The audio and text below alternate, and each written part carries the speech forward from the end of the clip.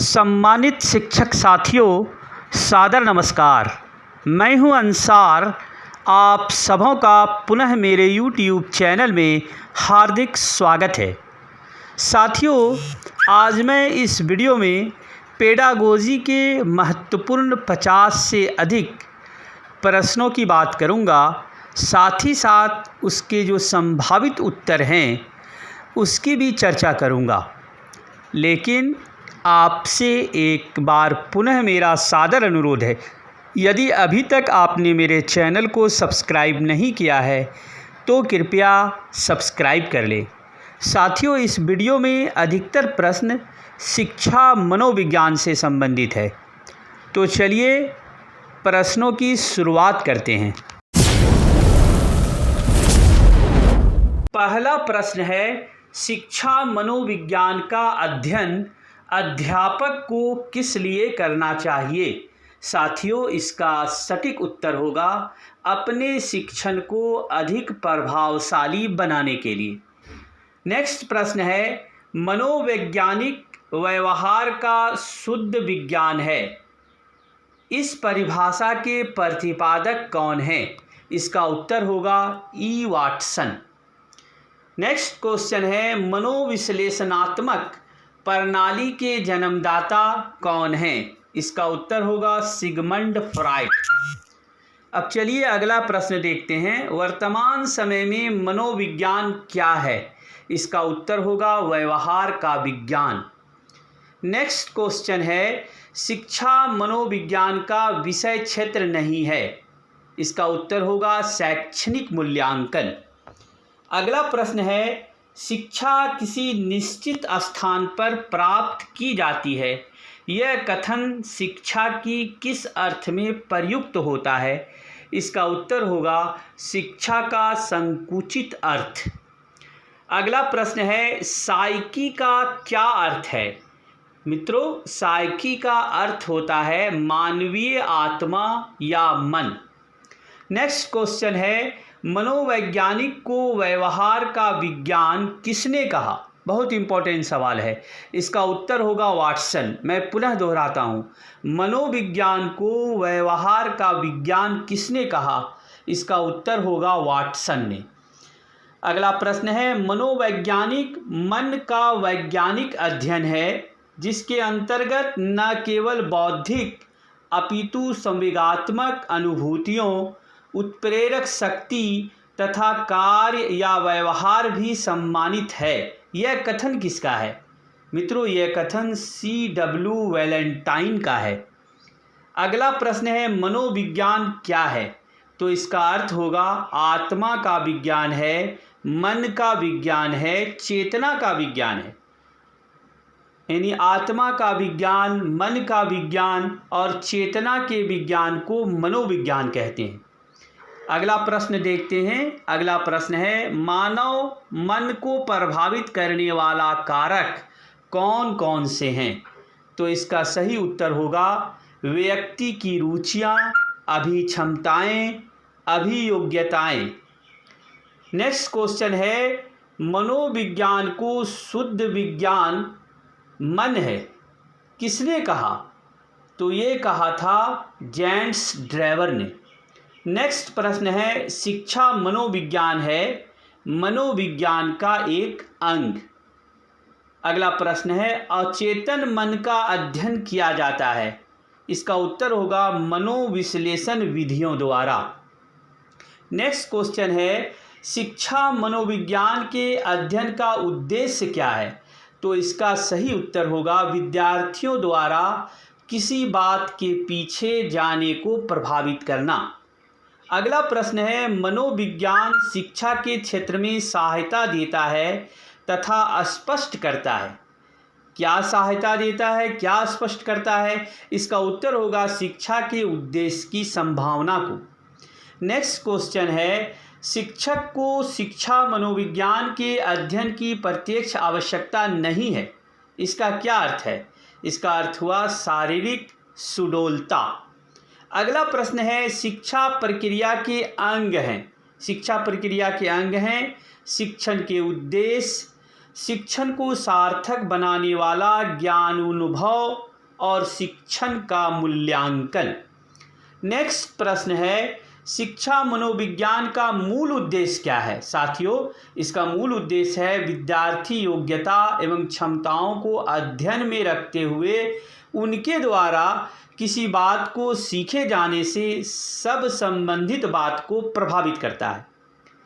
Next question देखते हैं और वह है, शिक्षा का संबंध किससे है? शिक्षा का संबंध है, इसका उत्तर होगा शिक्षा के उद्देश्य से और कक्षा, पर्यावरण व वातावरण से।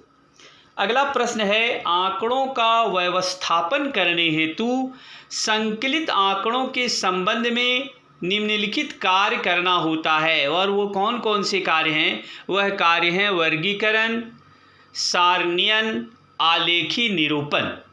अब चलिए अगला प्रश्न देखते हैं, शिक्षा मनोविज्ञान की प्रकृति से संबंध में कहा जा सकता है। क्या कहा जा सकता है? यह कहा जा सकता है कि यह सर्वव्यापी है तो सार्वभौमिक भी है। अगला प्रश्न है, शिक्षा मनोविज्ञान के सामान्य उद्देश्य क्या हैं? इसके सामान्य उद्देश्य हैं बालक की अभिव्यक्ति का विकास, शिक्षण कार्य में सहायता और शिक्षण विधियों में सुधार। अगला प्रश्न देखते हैं, अवस्था विशेष के अनुभव के आधार पर ही हमें किसी को बालक, युवा एवं वृद्ध कहना चाहिए। यह कथन किसका है? साथियों, यह कथन फ्रॉबेल का है। शिक्षा मनोविज्ञान का प्रमुख उद्देश्य क्या है? इसका प्रमुख उद्देश्य है बाल केंद्रित शिक्षा का विकास। अगला प्रश्न है, मनोविज्ञान शिक्षा के क्षेत्र में सहायता देता है तथा बताता है कि शिक्षा के उद्देश्य संभावित हैं अथवा नहीं हैं। नेक्स्ट क्वेश्चन है, सीखने की प्रक्रिया के अंतर्गत शिक्षा मनोविज्ञान किसका अध्ययन करता है? तो इसका उत्तर होगा प्रेरणा व पुनर्बलन के प्रभाव का अध्ययन। अगला प्रश्न है, शिक्षा मनोविज्ञान में जिन बालकों के व्यवहार का अध्ययन किया जाता है वह क्या कहलाते हैं? तो इसका उत्तर होगा मंदबुद्धि, पिछड़े हुए और समस्यात्मक बालक। शिक्षा मनोविज्ञान में इन्हीं बालकों का अध्ययन किया जाता है। अगला प्रश्न है, शिक्षा मनोविज्ञान की विषय सामग्री का संबंध किससे है? इसका उत्तर होगा सीखना से है। मनोविज्ञान शिक्षा का आधारभूत विज्ञान है। यह कथन किसने दिया था? इस कथन को कहा था स्किनर ने। बहुत ही इम्पोर्टेंट सवाल है। मनोविज्ञान शिक्षा का आधारभूत विज्ञान है, यह कथन किसने दिया था? तो इसका उत्तर होगा स्किनर ने। मनोविज्ञान वातावरण के संपर्क में आने वाले व्यक्तियों के क्रियाकलापों का विज्ञान है, यह कथन किसका है? तो यह कथन वुडवर्थ का है। शिक्षा का शाब्दिक अर्थ क्या होता है? तो इसका उत्तर होगा पालन पोषण करना, सामने वालों के सामने लाना और नेतृत्व देना।